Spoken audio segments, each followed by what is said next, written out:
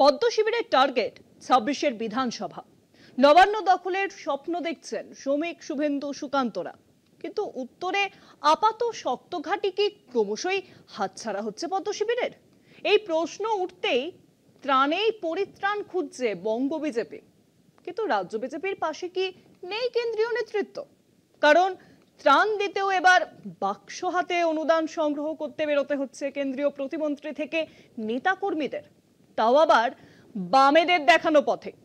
তবে রাজ্য বিজেপির আশা, ত্রাণ সংগ্রহের এই ছবি ফের উত্তরবঙ্গে তাদের দুর্গ অক্ষত রাখবে।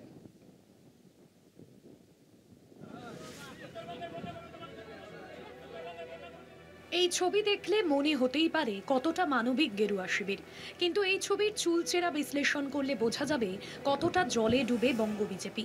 দেশের মসনদে বিরাজমান পদ্ম। বাংলা থেকে কেন্দ্রীয় প্রতিমন্ত্রী পদে রয়েছেন সুকান্ত মজুমদার সহ আরও একজন, অনেক সাংসদও রয়েছেন। তবুও বাংলার জন্য নেই বন্যা ত্রাণে কেন্দ্রীয় অনুদান। শেষমেশ ত্রাণে পরিত্রাণ পেতে নিজেরাই হাতে বাক্স নিয়ে অলিগলিতে বেরিয়ে পড়েছেন, অনুদান তুলছেন।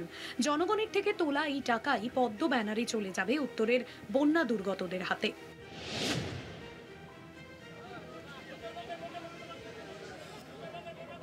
এই ছবিও কেমন যেন চেনা চেনা।